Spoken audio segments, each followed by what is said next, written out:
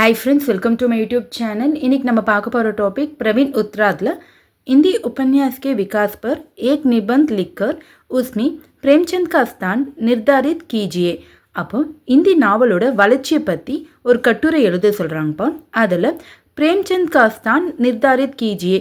பிரேம்சந்த் வந்து பார்த்தா அவர் ஒரு ஆத்தரை பற்றி எக்ஸ்பிளைன் பண்ண சொல்கிறாங்க. பிரஸ்தாவனா இன்ட்ரடக்ஷன். மனுஷ ஏக் சாமாஜிக் பிராணி ஹே. மனிதன் வந்து பார்த்தீங்கன்னா சமூகத்தில் வாழும் ஒரு உயிரினன்றாங்க. अन्य प्राणियों से उसका स्थान काफ़ी ऊपर है. इसका प्रमुख कारण उसकी चिंतना शक्ति और तर्क शक्ति है. மற்ற உயிரினங்களோட மனிதனோட நிலை வந்து பார்த்தா சற்று உயரத்தில் இருக்குதுன்றாங்கப்பா. இதுக்கு முக்கியமான ரீசன் வந்து பார்த்தா அவங்களுடைய சிந்தனையும் பகுத்தறிவுன்றாங்க. वह अन्य प्राणियों के समान नहीं है. அவங்க மற்ற உயிரினங்கள் போல இல்லைன்றாங்க. मनुष्य तभी मनुष्य कहलाया जाएगा जब उसमें साहित्य और संगीत के प्रति रुचि हो. மனிதர் எப்பொழுது மனிதர் ஆகுறாங்கன்னா அவங்க இலக்கியத்துலையும் சரி மியூசிக்லையும் சரி ஆர்வம் இருக்கிறதுனால தான் மனிதர்கள் வந்து மனிதர் ஆகிறாங்கன்றாங்க. साहित्य में उपन्यास का महान स्थान है. இலக்கியத்தில் வந்து பார்த்தோன்னா இந்த உபன்யாஸ் நாவலுக்கு வந்து ஒரு தனி இடம் இருக்குதுன்றாங்கப்பா. ஸ்ரவ்ய காவிய ஏற்கனவே நம்ம வந்து பார்த்தா திருஷ்ய காவியம் வந்து பார்த்துருப்போம். திருஷ்ய காவியனா வந்து பார்த்தா பார்க்கும் காவியம்னு வாங்கப்பா. ஸ்ரவ்ய காவியனா வந்து பார்த்தீங்கன்னா கேட்கும் காவியன்றாங்க. ஆதுனிக் சாகித்யமே கத்தியக்கு பிரதந்தா ஹே. அப்போ நவீன இலக்கியத்தில் வந்து பார்த்தீங்கன்னா உரைநடைக்கு ஒரு முக்கியத்துவம் தந்துக்கிறாங்க. इसमें नेत्र तथा कान दोनों इंद्रियों का काम आता है. இதில் வந்து பார்த்தீங்கன்னா கண்கள் மற்றும் காது இரண்டு புலன்கள் வந்து பார்த்தீங்கன்னா வேலை செய்யுன்றாங்கப்பா. इंद्रियों வந்து பார்த்தீங்கன்னா सेंस. पुराने ज़माने में लोग एक साथ बैठकर काव्य का आनंद लेना चाहते थे.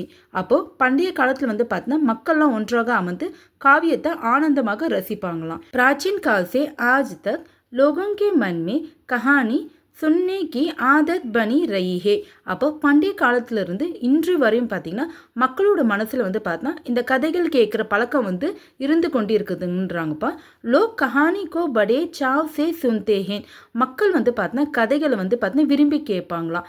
नाटक के समान उपन्यास भी लोगों का मन सदा बढ़ता रहता है.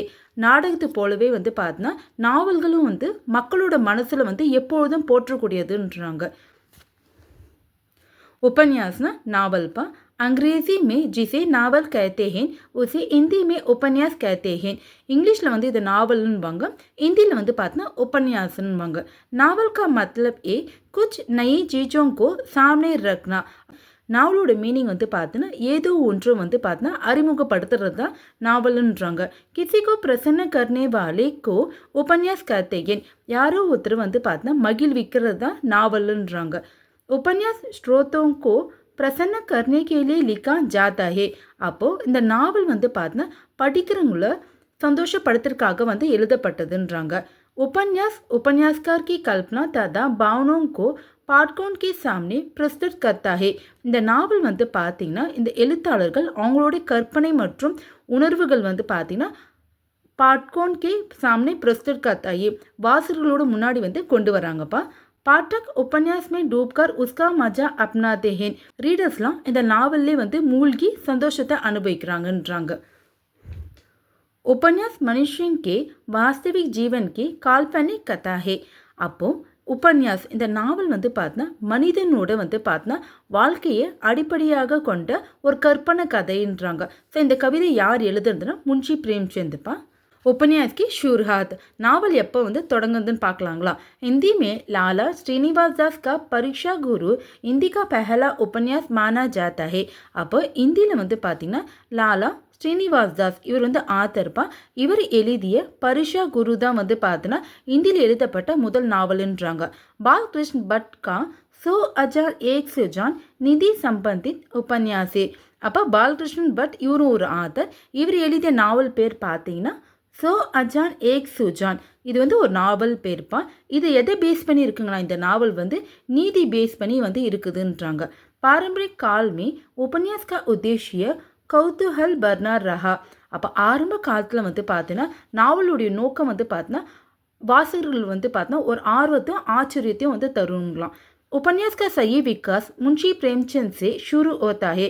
அப்போ நாவலோட சரியான வளர்ச்சி வந்து பார்த்தீங்கன்னா யார் ஸ்டார்ட் பண்ணாங்கன்னா முன்ஷி பிரேம்சந்த் ஆத்தர் தான் ஸ்டார்ட் பண்ணிக்கிறாருப்பா. मुंशी प्रेमचंद युग அப்போ ஆத்தருடைய காலத்தை பற்றி நம்ம வந்து பார்க்கலாங்களாம். अपने अधिक प्रयास तथा अनुपम शैली के कारण लगभग 13 उपन्यास लिखकर मुंशी प्रेमचंद ने उपन्यास सम्राट का पद अपनाया है. அப்போ தன்னுடைய அதக் பிரயாஸ்னா அயராத உழைப்பாலும் மற்றும் தனக்குண்டான ஸ்டைல் மூலமாக அவர் ஏறத்தாழ வந்து பார்த்தீங்கன்னா 30 நாவல்கள் எழுதி ஆத்தர் வந்து பார்த்தீங்கன்னா उपन्यास சாம்ராட்னா வந்து பார்த்தீங்கன்னா நாவல் பேரரசர் இந்த பட்டத்தையும் அவர் வந்து பெற்றிருக்கிறாருப்பா. இன்கி உபன்யாஸ் மௌலிக்தே அவருடைய நாவல்கள்லாம் வந்து பார்த்தீங்கன்னா தனித்துவமானதுன்றாங்க. ஆம் ஜீவன் சி நிகழ்த்தம் சம்பந்தித்தே அவருடைய நாவல்கள்லாம் வந்து பார்த்தீங்கன்னா சாதாரண மக்களோட வாழ்க்கையோட தொடர்பு கொண்டு இருக்குன்றாங்க.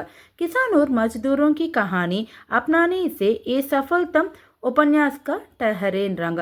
விவசாயி மற்றும் தொழிலாளர்களுடைய கதையெல்லாம் வந்து பார்த்தா அவர் தன்னுடைய நாவலில் வந்து ஒரு கருப்பொருளாக எழுதியிருப்பார்ப்பா. இதனால் தான் அவர் வந்து பார்த்தா ஒரு வெற்றிகரமான எழுத்தாளராக ஆயிருக்கிறாரு. ஆதர்ஷ் கே சாத் யதார்த்த இன்கா பிரமுக் விஷய ரஹா. ஆதர்ஷ்னா வந்து பார்த்தா உயர்ந்த லட்சியம். ஸோ உயர்ந்த லட்சியம் மற்றும் வந்து பார்த்தீங்கன்னா உண்மையான வாழ்க்கை நிகழ்வுலாம் அவர் எழுதியிருப்பார். கோதான் सेवा सदन निर्मला गवन आदि अनेक उपन्यासों से इन्होंने हिंदी साहित्य को समृद्ध किया है. இதெல்லாம் வந்து அவருடைய நாவல்ப்பா. கோதான் சேவா சதன் நிர்மலா கவன் இந்த நாவல்லாம் எழுதி அவர் இந்தி இலக்கியத்தை வந்து பார்த்தீங்கன்னா வலுப்படுத்திக்கிறாங்கன்றாங்க. சம்ரீத்னா வந்து பார்த்தீங்கன்னா ப்ராஸ்பரஸ் செழிப்பாக இருக்குன்றாங்களே அதுதான் சம்ரீத் மீனிங். भाषा शैली भाव आदि में विशिष्ट रहने के कारण मुंशी प्रेमचंद को उपन्यास सम्राट का श्रेय मिला है. பாஷானா வந்து பார்த்தீங்கன்னா மொழிப்பா, ஸ்டைலினா அவரோட ஸ்டைல், பாவனா உணர்வு, இதெல்லாம் வந்து பார்த்தீங்கன்னா தனித்துவமாக இருக்க காரணத்தினால ஆத்தர் வந்து பார்த்தீங்கன்னா நாவல் சக்கரவர்த்தி என்ற பெருமையை வந்து அவர் பெற்றிருக்கிறாரு. பாரதிய ஜனதா கே மன்மே ஸ்தான் பானேமே ஏ சஃபல் சித் உயேஹின் பொதுமக்களுடைய மனசில் வந்து பார்த்தீங்கன்னா தனக்கான ஒரு தனியிடத்தை பெற்று அதில் அவர் வந்து வெற்றி பெற்றிருக்கிறாருன்றாங்கப்பா. பிரேம் சந்தோத்தர் யுக்குப்பா. அப்போ ஆத்தருக்கு பிறகு இருந்த அந்த காலத்தை பற்றி சொல்கிறாங்க இதில். முன்ஷி பிரேம்சந்த் கே பாத் உன்கி சம்கஷ் கே உபன்யாஸ்கார் அபி தக் நயி உயேஹின். அப்போ ஆத்தருக்கு பிறகு பார்த்தீங்கன்னா அவருக்கு இணையான எழுத்தாளர்கள் வந்து பார்த்தீங்கன்னா இன்று வந்து யாரும் இல்லைன்றாங்க. கங்கால் தீத்லி ஆதி உபன்யாஸ் சே ஜெய்சங்கர் பிரசாத் நே இஸ் ஸ்டேஜ்கோ சஜாயா. கங்கால் தீத்லி வந்து பார்த்தீங்கன்னா இது ஜெய்சங்கர் பிரசாத்துடைய நாவல்ப்பா. இதெல்லாம் இவர் எழுதி இந்தி இலக்கியத்தை வந்து பார்த்தீங்கன்னா இன்னும் அவர் வந்து வலுப்படுத்திக்கிறாங்கன்றாங்க. காஃபி பிரஜலித்தே அவருடைய நாவல்கள்லாம் வந்து பார்த்தீங்கன்னா மக்களிடம் வந்து ரொம்ப வந்து பிரபலமாக இருந்ததுக்குதுன்றாங்க. பிரசாத் கி ஸ்டைலி பி தூசரோன் சே காஃபி அலக் ஹே. அப்போது இந்த பிரசாத்னா ஆத்தர்ப்பா. ஆத்தருடைய ஸ்டைல் வந்து பார்த்தீங்கன்னா மற்றவங்களோட வந்து பார்த்தீங்கன்னா டிஃப்ரெண்ட்டாக இருந்ததுன்றாங்க. இன்கே பாத் वृंदावन लाल वर्मा, जैनेन्द्र कुमार, भगवती प्रसाद वाजपेयी, जोशी आदि अनेक साहित्यकार उपन्यास के क्षेत्र में नया रंग लाए. இவருக்கு பிறகு வந்து பார்த்தீங்கன்னா இவங்களாம் வந்து ஆத்தர்ப்பா. விருந்தாவன் லால் வர்மா, ஜெயனேந்திர குமார், பகவதி பிரசாத் வாஜ்பேயி, ஜோஷி இந்த எழுத்தாளர்கள்லாம் வந்து பார்த்தீங்கன்னா நாவலுக்கு வந்து ஒரு தனி எழுத்து முறையை வந்து இவங்க வந்து கொண்டு வந்துக்கிறாங்க. उपन्यासकार भले ही अनेकों उस दिन से आज तक उपन्यास सम्राट के नाम से मुंशी प्रेमचंद जाने जाते हैं. நிறைய எழுத்தாளர்கள் வந்து இருந்தாலும் அன்றிலிருந்து இன்று வரை வந்து பார்த்தீங்கன்னா நாவல் சக்கரவர்த்தி என்ற பேர் வந்து யார் தான் பெற்றுக்கிறாருன்னா முன்ஷி பிரேம்சந்த் தான் வந்து பெற்றுக்கிறாங்கன்றாங்க. உன்கே உபன்யாஸ் ஆஜ் பி ஜன் மானஸ் மே பிரேம் பாத்திர பனே ஓயேஹேன். அவருடைய நாவல் வந்து பார்த்தீங்கன்னா இன்றும் வந்து பார்த்தீங்கன்னா பொதுமக்கள் வந்து பார்த்தீங்கன்னா ஆர்வத்துடன் வந்து படிக்கிறாங்கன்றாங்கப்பா.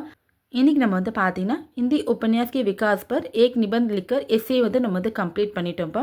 வீடியோ உங்களுக்கு யூஸ்ஃபுல்லாக இருந்துச்சுன்னா மறக்காமல் என்னோட சேனலை சப்ஸ்கிரைப் பண்ணிக்கோங்கப்பா. பக்கத்தில் இருக்கிற பெல் ஐக்கான் கிளிக் பண்ணிக்கோங்க. தேங்க்யூ.